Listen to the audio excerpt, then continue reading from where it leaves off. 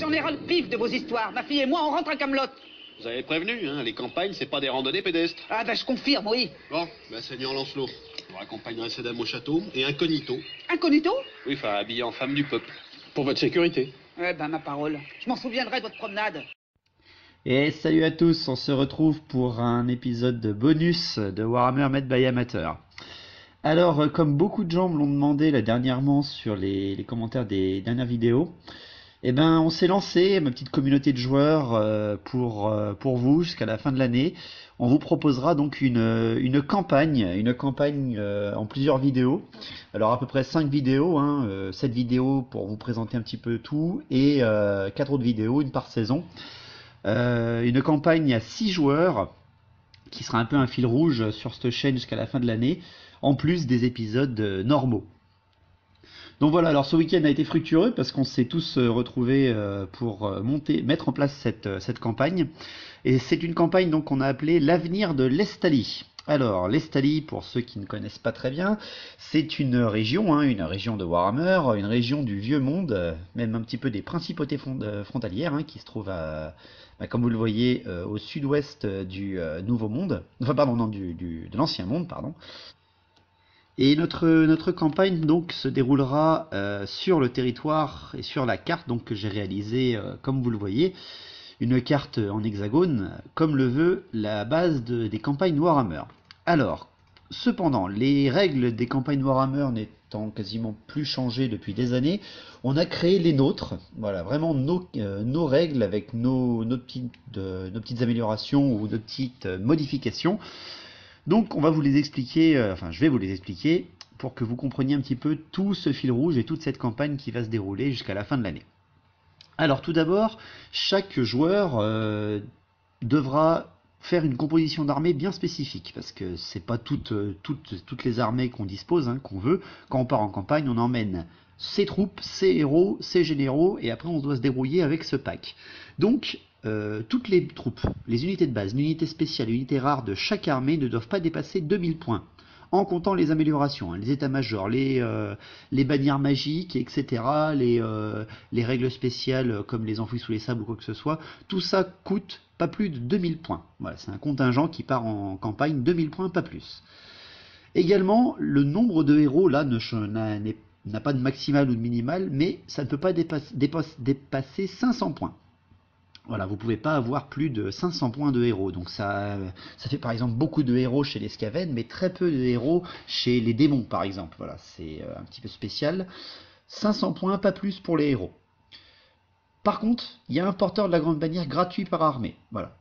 Qu'importe, ça peut être un porteur de la grande bannière gobelin à 50 points, ou alors un porteur de la grande bannière guerrier du chaos à 150 points. Mais il est gratuit. Voilà, c'est pour un petit peu amener, on va dire, le porte-parole de l'armée. Cependant, si lui, il a des objets magiques comme des attaques magiques, enfin des armes magiques, des objets magiques ou alors des bannières magiques, elles comptent dans les 500 points des héros. Voilà, j'espère que vous suivez. Et après, donc, les compositions d'armées pour finir, il n'y a que 2 généraux, 2 armées, on va dire 2 personnages qui vont commander les armées. Voilà, il y a 2 généraux, 2 seigneurs qui eux n'ont aucune limite. Voilà, par exemple, vous pouvez prendre un seigneur haut elfe monté sur dragon stellaire, par exemple, si vous voulez, qui fait plus de 650 ou 800 points, même si vous pouvez monter avec les elfes noirs. Cependant, vous pouvez le prendre comme vous voulez. Par exemple, dans votre armée, c'est un personnage qui coûte 800 points, mais si vous lui enlevez son dragon, il en compte plus que 400, vous pouvez le faire. Donc, en gros, les personnages, les 2 généraux d'armée, n'ont pas de maximum de points. Vous pouvez mettre le maximum d'équipement que vous voulez et de monture que vous voulez, et au moment du combat, lui enlever ce que vous voulez. Voilà un petit peu ce que je pouvais vous dire pour les compositions d'armée. La distribution sur la carte. Alors, la carte, comme vous le voyez en hexagone, il n'y a que 2 armées qui se déplacent sur la carte. Et chacune est commandée par un seigneur. Ça, c'est assez classique de Warhammer. L'armée, on va dire la 3e armée que vous disposez, parce que dans les campagnes de Warhammer, il y a toujours 3 armées. Là, on ne compte pas une 3e armée en pion qui se déplace, mais plutôt une armée de garnison qui défend tout le territoire. Voilà, qui défend tout votre empire. À la base, elle se trouve dans la capitale, dans le centre de votre fleur de déploiement de base. Vous verrez ce que ça veut dire plus tard. Elle défend tout le territoire, y compris les forteresses, si jamais vous êtes attaqué. D'accord? Donc ça, c'est votre armée de, on va dire de défense, tandis que vos généraux, vos seigneurs, eux, peuvent se déployer en dehors de votre empire. Cependant, cette armée de garnison ne peut pas être commandée par un seigneur. Ça peut être que un de vos héros, un de vos 500 points de héros. Voilà. C'est un petit peu, voilà, là aussi une volonté qu'on avait, on a voulu. Les seigneurs partent à la guerre, tandis que l'arrière de leur empire est conservé par leurs lieutenants. Il n'y a qu'une petite règle entre parenthèses, c'est que les orques et gobelins, ils ont le droit de prendre un seigneur en défenseur de garnison. Voilà, parce que c'était plus comique. Les scavennes également. Voilà, on s'était dit, c'était logique. Parce qu'en fait, ils ne coûtent pas grand-chose, cela. Donc voilà déjà pour les compositions d'armées et la distribution sur la carte. La campagne en elle-même, comment va-t-elle se dérouler? Alors, comme vous le voyez, c'est une campagne en 4 saisons, hein, printemps, été, automne et hiver, bien entendu. Et chaque saison comprend un tour de jeu. Et un tour de jeu, ça veut dire que votre seigneur, par exemple, un prêtre Mashlan qui commande une armée, va bouger. Tous les autres joueurs vont bouger un de leurs seigneurs. Ensuite, votre second seigneur, imaginons un sang ancien Saurus sur Carnosaur, va faire ses mouvements avec son armée. Tous les autres joueurs vont faire leurs mouvements avec leurs seigneurs respectifs. Et une fois que les 2 seigneurs de chaque armée ont bougé, le tour de jeu est terminé. Donc 4 saisons, un tour de jeu par saison, sauf l'été, où là il y a 2 tours. Donc 4 mouvements, 2 armées hein, à chaque fois, donc 4 mouvements. Beaucoup de stratégies qui vont se dérouler dans l'été. Beaucoup de combats, espérons-le. Donc 4 saisons, printemps, été, automne, hiver.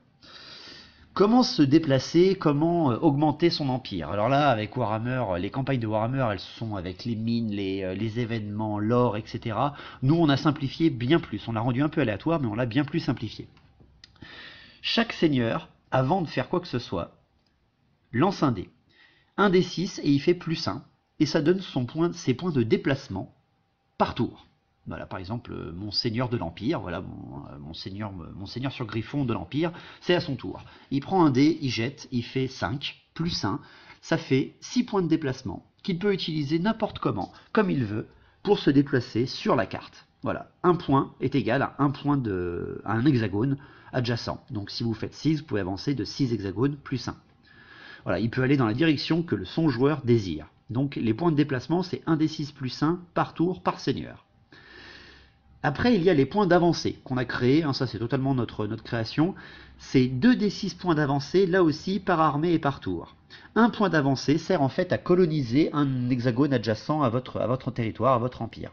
Donc par exemple, vous pouvez si vous faites 12, le maximum, eh ben, vous pouvez avoir 12 hexagones d'un coup en plus dans votre armée. Voilà, c'est en gros les ressources pour développer votre territoire. Vous pouvez donc soit coloniser un hexagone qui doit être adjacent à votre territoire de base, ça c'est obligatoire. Vous ne pouvez pas prendre un hexagone isolé tout seul au milieu là-bas. Ou alors vous pouvez utiliser 3 de ces points d'avancée et construire une forteresse sur votre territoire. Vous allez comprendre l'importance des forteresses un peu plus tard. Voilà. Si jamais pendant les déplacements, il y a une armée adverse qui s'arrête sur un territoire d'un autre joueur, voilà, si une de vos armées s'arrête sur un territoire d'un autre joueur. Alors si une armée adverse est présente sur un territoire à 2 hexagones de l'endroit où vous êtes, voilà, ça fait, on va dire, un rayon autour, il y a une bataille avec l'armée que je viens de vous dire. L'armée qui est à proximité, on va dire. Elle a repéré les mouvements adverses, elle se mobilise et elle gagne d'un mouvement gratuit. Si l'hexagone est colonisé et qu'il n'y a pas d'armée adverse autour, c'est une bataille mais contre l'armée de garnison. Voilà, l'armée de garnison se déploie parce qu'elle sait que vous êtes sur son territoire et elle vient se battre. Si l'hexagone est une forteresse, vous faites une bataille de siège contre l'armée de garnison. Et si l'hexagone bien sûr est la capitale, vous vous battez contre l'armée de garnison en siège. Et là, si vous remportez la victoire contre le joueur adverse perd son armée de garnison définitivement. Ce qui fait qu'il perd après ses hexagones de territoire dès que vous rentrez dessus, s'il n'a pas d'armée en défense à côté. Voilà un petit peu ce que je pouvais vous dire pour ce côté-là. Si vous avez une armée qui est posée à la fin de vos mouvements et que vous n'avez pas assez de points d'avancée pour coloniser cet endroit, vous inquiétez pas, ça veut dire que votre armée colonise cet hexagone tant qu'elle y reste. Voilà. Une armée compte comme un hexagone colonisé. De plus, si une armée est battue dans n'importe quel contexte, voilà, elle est battue par une embuscade, enfin une embuscade ça veut dire que deux armées lui sont tombées dessus, ou bien son siège est perdu, elle vient de se faire péter la tronche, ou alors elle vient de foncer à tête baissée dans un territoire adverse, et elle s'est pris une tollée, et bien elle doit se replier dans la forteresse la plus proche, la cité ou la cité fortifiée la plus proche, et s'il n'y a rien de tout ça, elle doit aller dans sa capitale. Donc si jamais au bout de 3 saisons vous êtes à l'autre bout de la carte et que vous vous prenez une tollée, ben vous êtes rabattu directement dans votre territoire. Voilà un petit peu pour les mouvements, hein, le déplacement et l'augmentation de taille des territoires. Les campagnes de Warhammer, ils ont des événements. Alors les événements, en gros ce sont des choses que chaque joueur choisit, qui l'aide ou qui donne des malus à ses adversaires. Au début de chaque saison, donc au début du printemps, au début de l'été, de l'automne et de l'hiver, et même au début de chaque tour, le plus petit empire choisit en premier son événement de campagne et joue en premier. Voilà, dès que les joueurs ont en fait utilisé tous leurs seigneurs, enfin un de leurs seigneurs, chacun un de leurs seigneurs, on comptabilise le nombre d'hexagones, on voit lequel a le plus petit empire, et on sait qui jouera le tour d'après, et qui choisira donc son événement en premier. Voilà un petit peu tout ce que je pouvais vous dire, en tout cas pour les mouvements et les événements. Comment se déployer un petit peu sur cette carte Comment au début de la campagne en fait on va démarrer Et bien en fait chaque territoire, chacun des 6 joueurs aura une fleur de 7 hexagones. Voilà, on appelle ça une fleur en hexagone. Et il y a au moins un de ces hexagones sur 7, donc, parce qu'une fleur est composée de 7 hexagones, un de ces hexagones doit être la mer. Et oui, parce que les Stalis, c'est une énorme presqu'île, hein, si on peut le dire. Et en fait, les armées qui veulent faire partie de l'avenir de l'Estalie, de cette campagne, ont débarqué par la mer. Le centre de la fleur est toujours en terre, par contre, et c'est la capitale de chaque armée. Voilà ce que je pouvais vous dire pour le déploiement de base. Les règles des saisons. Parce que oui, les saisons apportent quelques petites règles, on a voulu faire ça. Pour le printemps, eh bien, chaque dé d'avancée qui fait 1 ou 2, alors les jets de déplacement, hein, pas les jets de points d'avancée, s'il fait 1 et 2, vous pouvez le relancer par armée. Voilà, c'est parce que c'est le printemps, vous êtes en forme, vous voulez y aller. De plus, tous les jets de lancement de sort de la vie ou de la bête ont plus 1, parce que c'est le printemps. Pour l'été, là aussi un petit bonus magique, tous les jets de lancement de sort du feu et de la lumière, c'est plus 1. Voilà. Pour l'automne, pareil, là aussi un petit bonus magique, tous les jets de lancement de sort du métal et des cieux, c'est plus 1. Et pour l'hiver, les jets de lancement de sort de la mort et de l'ombre ont plus 1, et de plus, il y a un des 6 lancés avant chaque bataille. Et si c'est 1 et 2, il y a une visibilité réduite à 24 pas. Ah, c'est l'hiver, la neige peut tomber. Le sol, enfin la topographie n'est pas la même sur toutes les Stalis. Vous le voyez sur la carte, hein, il y a des montagnes, il y a des forêts, etc. Donc là aussi, il y a des plaines et il y a des cités et des côtes. Donc on va vous en parler un petit peu. Les plaines n'ont aucun malus et bonus. Voilà, vous pouvez vous trimballer dessus, vous pouvez les coloniser sans aucun problème. Les forêts, par contre, pour déboiser, ça coûte beaucoup. Donc c'est 2 points d'avancée qui sont nécessaires pour les coloniser. Et 4 points sont nécessaires pour y construire une forteresse. Voilà, au lieu de dépenser un seul point pour la coloniser, c'est le double, et au lieu de dépenser 3 points pour y faire une forteresse, c'est 4. Pour les montagnes, là, pas besoin on va pas déboiser des montagnes, hein, on va pas couper des montagnes pour les aplatir, mais par contre, pour s'y déplacer, c'est compliqué, hein, les vallons, les crêtes, etc. Donc en fait, dès que vous y déplacez, ça coûte le double de la valeur. Donc au lieu de faire un seul point pour passer un hexagone, un seul point de déplacement pour passer un seul hexagone de montagne, c'est 2. Et là aussi, c'est 4 points pour y construire une forteresse. Les côtes, comme vous le voyez sur la carte, les côtes, le littoral est en bleu clair et on va dire le large est en bleu foncé, ce qui ne peut pas être utilisé donc. Alors ces côtes ne peuvent pas être conquises, hein, ça c'est logique. Par contre, une seule fois par saison, une armée peut se déplacer par le littoral. En fait, elle reprend les bateaux et elle peut se déplacer. Sa valeur de déplacement alors est doublée, elle avance 2 fois plus vite, mais elle ne peut plus avancer une fois qu'elle a accosté. Voilà, en gros, son dernier mouvement doit être un accostage. Voilà. Pour terminer, les forteresses. Alors les forteresses, si un joueur passe dans un territoire qui est protégé par une forteresse, s'il y passe ou s'il s'arrête, il doit l'attaquer. Voilà, il peut pas se passer pacifiquement si elle n'est pas à lui, cette forteresse. Il doit l'attaquer, elle est trop bien défendue. Il peut la contourner ou alors il doit l'attaquer. Voilà pour les mouvements et les règles de topographie. Donc l'avenir de l'Estalie, voilà, cette fameuse campagne, c'est bien beau, on n'arrête pas de vous en parler, mais quel est le but? Voilà, quel est le but de cette campagne? Eh ben on s'est mis un but, bien sûr, d'avoir le plus gros empire, mais ça c'est le classique de Warhammer. Donc on y a mis là aussi un petit peu d'aléatoire et un petit peu on va dire, un petit fil rouge. L'avenir de l'Estalie, pourquoi on a appelé cette campagne comme ça? Parce qu'on s'était dit en fait que voilà, la fin du monde approche. Et on sait que l'Estalie va être attaquée, on ne sait pas par qui. Alors ceux qui ont lu les End of Times le savent, mais pour ceux qui ne le savent pas, on a décidé d'aller aider ou alors d'aller exterminer cette Estalie.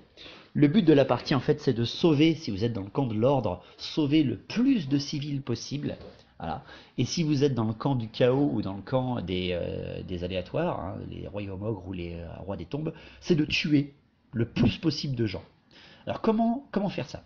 Si vous disposez toujours de votre capitale, parce que oui, il faut toujours avoir sa capitale, la capitale étant l'endroit où vous mettez vos réfugiés ou alors l'endroit où vous les exécutez, parce que si vous perdez votre capitale, vous ne pouvez plus sauver ou tuer des gens. Si vous avez toujours votre capitale, à la fin de chaque saison, chaque joueur lance un dé 6, hein, enfin un dé 3, enfin vous verrez là, je vais trop vite. Chaque joueur lance un dé par hexagone qu'il contrôle. Il additionne chaque résultat et il le multiplie par 10. Et ce chiffre, ça donne le nombre de civils qu'il a sauvés ou tués. Et à la fin de l'année, on additionne les 4 résultats. Et celui qui a sauvé le plus de civils ou tué le plus de civils gagne. Voilà, donc en gros, plus vous avez un gros empire, plus vous jetez de dés, mieux c'est. C'est compliqué si vous avez des petits empires. Si jamais il y a une égalité au nombre, ce qui est assez probable, ça sera le plus grand empire qui l'emportera. Les règles pour ça, pour ce fameux sauvetage de civils, mais aussi de 3 petites choses, parce que comme vous le voyez sur la carte, hein, l'Estalie est riche de fréquentation. Elle a déjà des cités sur la carte, comme vous le voyez, des cités marquées C et des cités fortifiées marquées CF. Celles-ci sont neutres. En gros, pour les avoir, il suffit d'y envoyer un héros ou alors de les coloniser par vos points d'avancée. Hein. Il n'y a pas besoin de combattre une unité neutre. Hein. Vous êtes là pour l'avenir de l'Estalie, hein, soit ils se rendent directement, soit ils vous ouvrent leurs portes. Mais pour le reste, vous voyez qu'il y a des TS, des M, un TM marqué. Alors ces TS, ce sont des tours de sorciers, voilà, des tours de sorciers qui sont valables ou écroulés, et qui donnent un petit bonus, c'est que si jamais une bataille se déroule sur cet hexagone marqué TS, enfin sur ces hexagones marqués TS, et bien tous les sorciers de chaque armée sont maîtres du savoir, de leur domaine. Alors imaginez un prêtre Mashlan posé là-dessus. Enfin bon, voilà, c'est assez intéressant. Il y en a certains marqués M, ce sont bien sûr des mines, ça c'est un petit peu un truc classique qu'on a gardé de Warhammer. Donc une fois que les armées sont déplacées, et si jamais vous contrôlez une mine, là aussi, il suffit d'avoir un héros dessus, ou alors de l'avoir incorporé dans votre armée, dans votre territoire grâce à vos points d'avancée. Vous jetez un dé, et si elle fait un 1, elle est effondrée. Si elle fait de 2 à 5, et bien vous gagnez un dé 3 fois 50 points bonus pour une de vos prochaines armées du tour suivant. Et si vous faites un 6, c'est un dé 6 fois 50 points bonus pour une bataille prochaine du tour prochain. Le TM sur la carte, qui est en plein centre, quasiment dans les montagnes, c'est un temple maudit. Et si jamais votre général d'armée se dirige vers ce temple maudit, il peut faire un jet sur l'œil des dieux, se référencer au livre d'armée des guerriers du chaos. Même si c'est un mec du bien, voilà, il acquiert un pouvoir. Il ne peut pas être transformé en prince démon, par contre, si c'est pas un mec du chaos.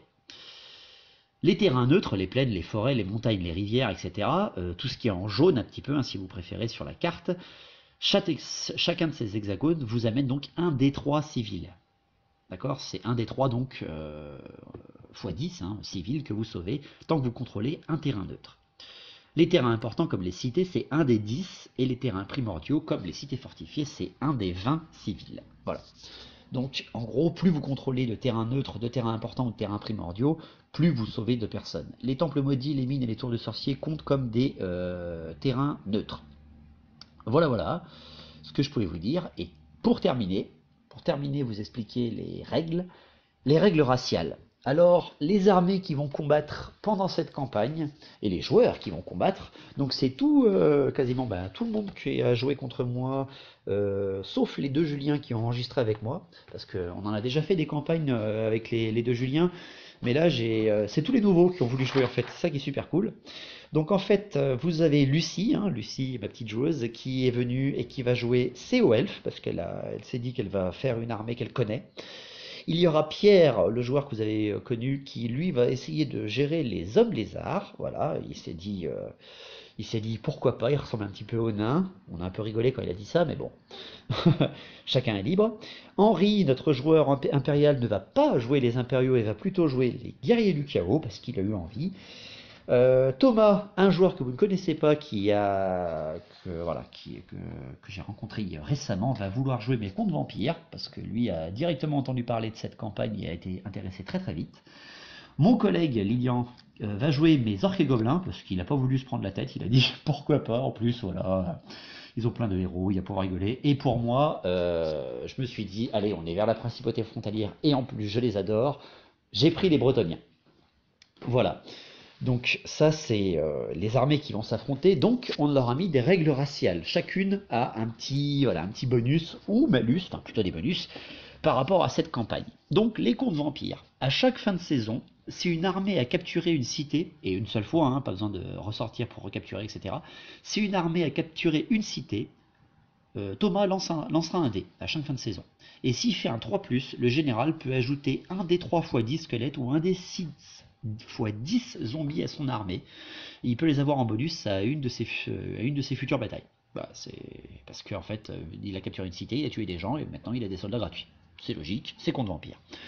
Du côté de mes Bretoniens, tant qu'il démarre un mouvement qui est en plaine, par exemple, mon général, imaginons mon général monté sur Pégase, il démarre depuis une cité ou il démarre depuis un point jaune sur la carte, et bien quand il lance un dé de déplacement, et ben il n'a pas un D6 plus 1, mais il a un D6 plus 3.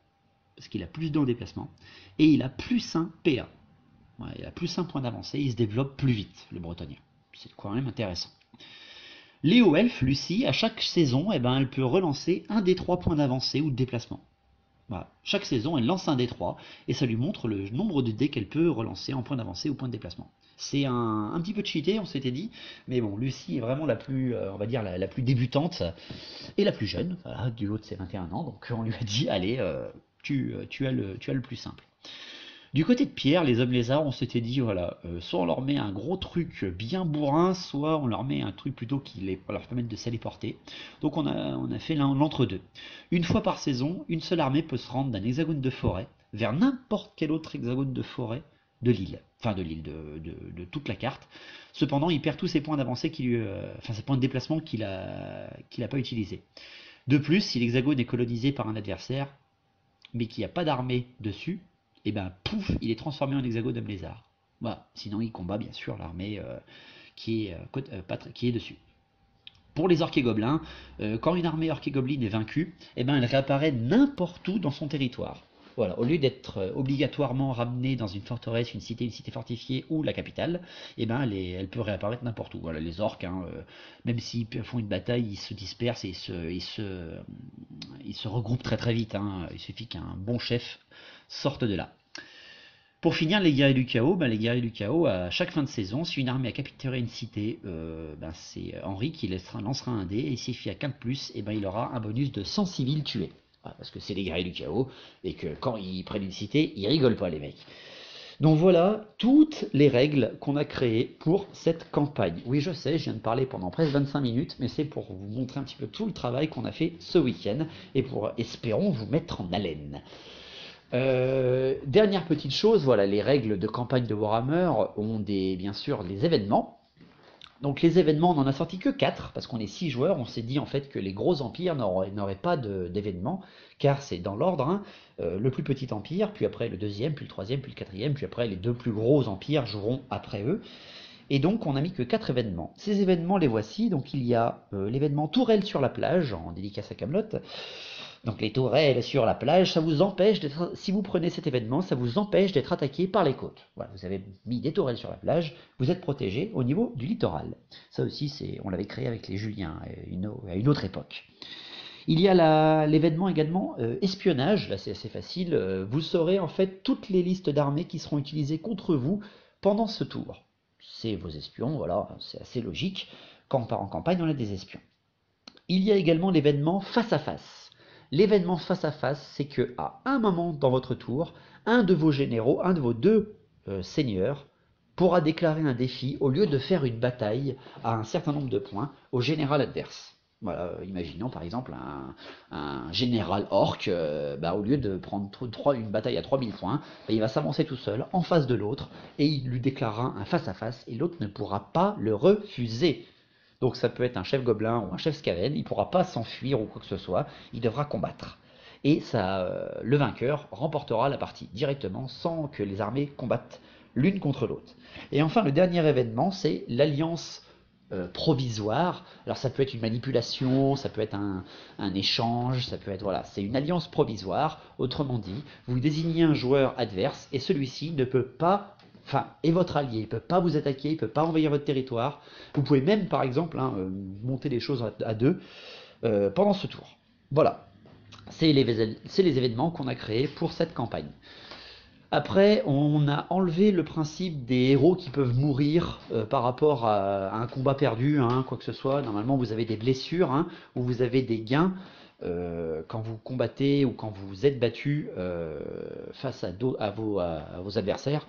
Mais on n'a pas mis ça parce que ça faisait vraiment trop de règles d'un coup. On a simplifié et on s'est rendu assez rapidement sur ce projet-là. Donc voici pour la campagne, voici tout ce qu'on a fait pour la campagne ce week-end. Donc pour vous donner une dernière petite haleine avant de partir, je vais vous détailler les armées qu'on a choisies pour cette campagne, parce qu'on a déjà fait nos listes d'armées. Donc voici les listes d'armées et ce qu'on va disposer donc pour la campagne de l'avenir de l'Estanie. Alors, tout d'abord, on va pas faire l'égoïste, on va commencer par Thomas. Thomas, il a choisi donc les contes vampires et il va prendre deux généraux qui seront une seigneur vampire à pied. Alors niveau 2, invulnérable 4+, elle frappe toujours en premier avec le don vampirique, elle a la furie rouge et elle a +1 en force. Et son deuxième général, ça sera un maître nécromant, niveau 4, invulnérable 4+, et maître des morts. Il prendra donc en héros, il ne prend pas de GB gratuite, donc on lui a accordé un héros en plus. Voilà, pas à 500 points, mais un petit à peine plus. Thomas, il a choisi un vampire monté en héros. Alors une armure lourde, un bouclier, il annule les sauvegardes d'armure et il frappe toujours en premier grâce au don vampirique, ça va être un boucher. Il a pris un trio de Banshee et un petit nécromancien en plus niveau 2. Et ses troupes, c'est 2000 points de troupes, il a pris 10 loups funestes, 20 zombies, 2 fois 24 guerriers squelettes, donc 2 états-majors de 30 et 38 guerriers squelettes, et 2 fois 19 ghouls, parce qu'il voulait beaucoup de bases. Et en unité spéciale, il a pris 9 chevaliers noirs avec étendard musicien, lance de cavalerie bouclier, il a pris 19 gardes des cryptes, état-major complet et bouclier, il a pris 5 émissaires d'outre-tombe, il a pris 2 fois 3 vargheist, et il a pris une petite charrette macabre, et bien sûr, pour finir, la machine Mortis. Donc ça, c'est toute l'armée contre vampire de Thomas. Il déplacera son seigneur vampire et il peut prendre après tout ce qu'il veut dans ses 2000 points et dans ses 500 points de héros. Voilà, on s'était dit, on va pas faire une liste pour un héros parce que sinon ça va être très monotone la campagne. Donc on s'était dit, voilà, c'est que le seigneur qui compte et après il rameute avec lui ce qu'il désire. Voilà, c'est pas très logique, mais on s'était dit, voilà, sinon ça va vous être vraiment trop monotone pour vous et ça va pas trop vous intéresser. Donc voilà l'armée contre vampire. L'armée de... Alors, j'ai mes listes devant moi, je vais vous les lire. L'armée de Lucie, voilà, l'armée des hauts elfes.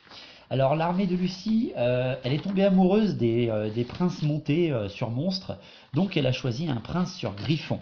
Alors, comme je vous ai dit, elle n'est pas obligée de le faire combattre sur son griffon, mais si jamais elle tombe en face à face contre un seigneur orc ou un seigneur vampire, ça peut être toujours bien d'être monté sur un griffon. Donc, elle a choisi un prince sur griffon avec une armure dragon, un bouclier enchanté, +2 en force et une invulnérable 4+.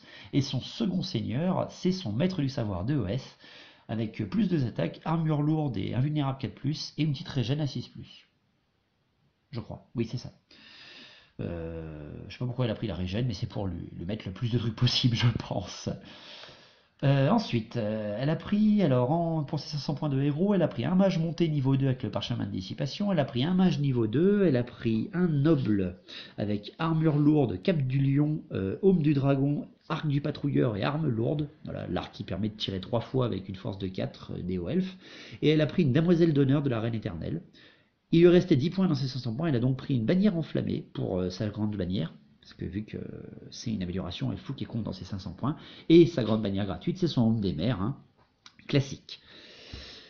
Pour ses unités de base, elle a pris 31 gardes maritimes, 5 hommes d'argent et 5 patrouilleurs aériens. Tout ça, état-major et bouclier, sauf les patrouilleurs aériens bien sûr. En unité spéciale, elle a pris 30 lions blancs avec état-major et bannière du dragon monde. Elle a pris 19 mètres des épées avec état-major. Elle a pris un char à lion et un char de Tyrannoc. Et en unité rare, elle a pris son phénix spire de feu. Elle a pris 10 sœurs d'Avelorn, une baliste à répétition et un grand aigle. Voilà, je crois que c'est elle qui a le plus de régiments, je crois. Enfin, je suis pas sûr. Non, je suis pas sûr. Non, il y en a d'autres. Il y en a d'autres. Donc ça, c'était Lucie. On a vu Thomas, on a vu Lucie. Pierre. Pierre avec ses hommes lézards. Alors Pierre et les hommes lézards, il a pris en grand seigneur son prêtre Machlan, enfin bon prêtre Machlan. Il lui a mis alors la relance de sa première dissipation loupée, il lui a mis 3 dés de canalisation et la règle éthérée et instable. Voilà, c'est tous des dons que les prêtres Machlan peuvent avoir. Donc ça va être une horreur si jamais il combat à plusieurs endroits, enfin si jamais il combat grâce aux règles de tour de sorcier ou quoi que ce soit. Il a pris également un sang ancien sur Saurus, voilà, alors là aussi une belle bestiole, un monstre au corps à corps, on va dire son général mental et son général combat, donc le Slan et après le Carnosaure monté par un sang ancien. Donc son sang ancien sur Carnosaure, il a l'armure légère et le bouclier, donc il a une armure de 1+, il a un +1 en force, il a l'œuf de Congo, donc une sorte de grenade pour chaque tour, enfin pour chaque bataille, et une invulnérable 4+, voilà, donc un monstre de corps à corps. En héros, il a pris un prêtre skink niveau 2 avec son parchemin de dissipation. Il a pris un chef skink, armure légère, bouclier, ténacité et aume du dragon. Il a pris un vétéran Saurus, armure lourde, invulnérable 4+, et un bouclier. Et un vétéran Saurus sur sang-froid, armure légère, bouclier et +1 en force. Et tout ça, vous y rajoutez la grande bannière gratuite, un Saurus, classique, grande bannière. Ses unités de base, alors il a pris 30 guerriers Saurus, état-major complet, lance et bouclier. Il a pris une cohorte de 28 skinks avec 3 croxigores et attaque empoisonnée, état-major complet et bouclier. Et il a pris 50 tirailleurs skink avec 4 chefs. Voilà, il y a du skink. En unité spéciale, il a pris 6 monteurs de sang-froid, 6 chevaliers, état-major complet, lance. Il a pris 2 fois 3 terradons. Il a pris un bastiladon, machine solaire. Et il a pris un stégadon ancestral, machine des dieux. Voilà, en fait, en gros, vous connaissez mes armées. C'est un peu redondant pour certaines listes. Et d'autres sont un peu spéciales. Une autre liste, la liste de Lilian, des orques et gobelins. Alors, la liste des orques et gobelins, il a choisi un grand général orque noir, ténacité, plus une attaque, invulnérable 5, plus bouclier enchanté. Et son second seigneur, c'est un seigneur orque sauvage, plus 2 attaques, invulnérable 4+, c'est potion de célérité qui lui donne +3 en initiative. En héros, il a pris un chaman orque sauvage niveau 2 avec la tête réduite de la chance. Il a pris un grand chef gobelin sur loup. Voilà, celui-là qu'on n'a pas arrêté de jouer dans les dernières parties. Il l'a beaucoup aimé, Lilian. Il a dit celui-là, je veux l'essayer. Donc il lui a donné une armure légère, un bouclier, un arc court, une lance, une potion de force et la règle de frappe toujours en premier, grâce à l'épée de vive attaque. Il a pris également un chaman gobelin de la nuit niveau 2 et un parchemin de dissipation. Et il a pris, on va dire en général de garnison, un général gobelin de la nuit, voilà, il a été sport, avec armure lourde, invulnérable 4+, et arme lourde. Et sa grande bannière gratuite, c'est un chef orque noir. En unité de base, il a pris 9 gobelins sur loup, lance, arc court, bouclier et musicien. Il a pris 20 gobelins de la nuit, archer, 25 gobelins avec 3 fanatiques, 25 gobelins de la nuit, lancier, 3 fanatiques. Il a pris 30 costauds orques avec lance et bouclier. Et il a pris 38 orques sauvages, 2 qui coupent avec un gros qui trouve. Monstrueux. Et en unité spéciale, il a pris 28 orques noirs état-major. Il a pris 2 chars orques, un char à loup gobelin. Et pour finir, en unité spéciale, en unité rare, son Narak Narok. C'est assez brutal et ça peut devenir très populeux d'un coup. Du côté de Henri, avec les guerriers du chaos. Henri avec les guerriers du chaos, bon, il a pris quasiment toute mon armée, il a même pris d'ailleurs mon prince démon démoniaque hein, pour jouer un de ses seigneurs. Mais son grand seigneur, c'est son seigneur du chaos de Tzeentch, hein, ma figurine, qui lui permet de relancer ses invulnérables faisant 1. Il a le souffle force 4, l'invulnérable 3+, grâce à la règle de Tzeentch, et le frappe toujours en premier. Ça, c'est le héros que vous avez vu dernièrement. Et il a pris un prince démon de Tzeentch, avec le vol, l'armure du chaos, la frappe toujours en première, grâce à l'épée, et les attaques empoisonnées grâce au don démoniaque des guerriers du chaos. Les héros du chaos, il n'en a pris que 2.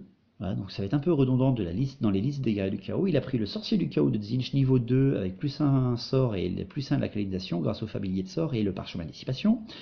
Et il a pris un héros exalté de Tzeentch, bouclier enchanté, +2 attaques. Voilà, un monstre de corps à corps. Et donc, il a rajouté à ça les équipements et les dons de sa grande bannière pour faire les 500 points des héros. Il lui a donné donc le bouclier, la peau écailleuse 5+, et la ténacité à sa grande bannière, qui est un héros exalté de Tzeentch. Les unités de base, il a pris 21 guerriers du chaos de Tzeentch, état-major complet bouclier, 2 chars du chaos de Tzeentch et 5 chiens du chaos avec avant-garde, armure de 6+, et attaque empoisonnée. Voilà, ça lui amène un peu d'avant-garde dans son armée, un peu de mobilité. Et de plus, en unité spéciale, il a pris 10 chevaliers du chaos état-major complet de Tzeentch, et +1 en force. Il a pris la chimère, souffle 4 régénération, 3 dragons ogres avec hallebarde, un char éventreur de Tzeentch, un hôtel du chaos de Tzeentch et 5 rabatteurs de Slaanesh. Voilà, vous la connaissez cette liste, mais il l'a beaucoup aimé et il a voulu l'essayer. Et je crois que pour terminer, je ne vous ai pas dit la mienne, donc je vais vous l'expliquer, la liste des Bretoniens. Donc j'ai rajouté une unité, mais sinon vous la connaissez, mon armée. Hein. Mon grand général, c'est donc mon seigneur bretonien du Graal, hein, avec le bouclier du Graal qui lui donne une invulnérable de 4+, la frappe toujours en première grâce à l'épée, la potion de force et une immunité contre les attaques empoisonnées et les coups fatals. Voilà. Sinon, il a la marque du Graal et il est monté sur son destrier, bien entendu. Et ma deuxième seigneur, c'est ma prophétesse sur Pégase, hein, bien sûr, niveau 4, parchemin de dissipation, le calice de Malfleur qui lui donne quasiment un dé de dissipation gratuit à chaque tour, et l'invulnérable 4+. Mes héros, j'ai ma demoiselle montée avec le niveau 2, le miroir d'argent, donc le parchemin de dissipation qui envoie une touche force 6 à l'adversaire. Et je l'ai même mis sur un destrier caparaçonné, voilà, parce que je voulais qu'elle soit un peu plus protégée. J'ai pris un paladin à pied avec les attaques perforantes, la ténacité et le bouclier enchanté. J'ai pris une damoiselle à pied niveau 2, voilà. Et l'équipement et les vertus de ma GB, hein, parce que là aussi c'est des améliorations, il faut que je le compte dans mes 500 points de héros. J'ai mis +1 en résolution de combat, donc sur la bannière qu'elle porte, et le don de +1 des 6 pas à la première charge que fera lui et son unité. Et donc, vous l'avez compris, ma grande bannière, c'est un paladin monté avec le serment de chevalier. Pour les unités de base, eh ben, j'ai pris 3 fois 10 archers avec les tirs enflammés, j'ai pris 9 chevaliers errants avec l'état-major complet et leur fameuse bannière qui leur donne +1 en force à leur charge, mais -2 à leur test de commandement d'impétuosité, j'ai pris mes 39 hommes d'armes état-major complet bien entendu, j'ai pris mes 9 chevaliers du royaume et mes 10 autres chevaliers du royaume, tous les deux avec état-major complet. Mon unité spéciale que j'ai eue, alors elle n'est pas encore peinte, vous voyez m'en excuser, mais c'est les 10 chevaliers de la quête, voilà, alors c'est pas des figurines de chevaliers de la quête, mais c'est pas grave, je les compte comme, c'est des figurines des convertis de Julien qui m'a offert, donc je les compte comme 10 chevaliers de la quête, et vous rajoutez à ça mes 8 chevaliers du Graal avec la bannière qui leur donne une invulnérable 4+, contre les tirs et la magie ayant une force supérieure à 5 ou égale à 5, et 2 trébuchets. Donc voilà tout ce que vous avez à savoir pour les listes et les règles. Voilà la carte que vous aurez donc en fil rouge pendant 5 épisodes, quasiment un petit peu jusqu'à mi-décembre, fin décembre. Hein. Après on sera plus très disponible avec les vacances de fin d'année où tout le monde est en famille.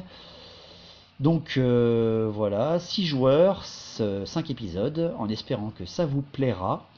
Et peut-être que ça vous donnera envie de l'essayer plus tard, cette campagne de l'avenir de l'Estalie. Voilà tout ce que je pouvais vous dire en tout cas pour cet épisode, il est déjà bien assez long, sans quasiment de bataille, donc merci à vous. C'était donc pour vous présenter la future campagne d'Estalie, qui sera donc certainement en ligne pour le premier épisode et donc le tour du printemps ce week-end. L'épisode suivant de Warhammer Made by Amateur classique, il va arriver dans 2-3 jours, là, il sera prêt pour mercredi je pense, ou alors jeudi, le temps de charger la vidéo. Donc voilà, merci à vous, portez-vous bien, longue vie à battle au vrai battle, et on se retrouve donc cette semaine. Allez, à plus.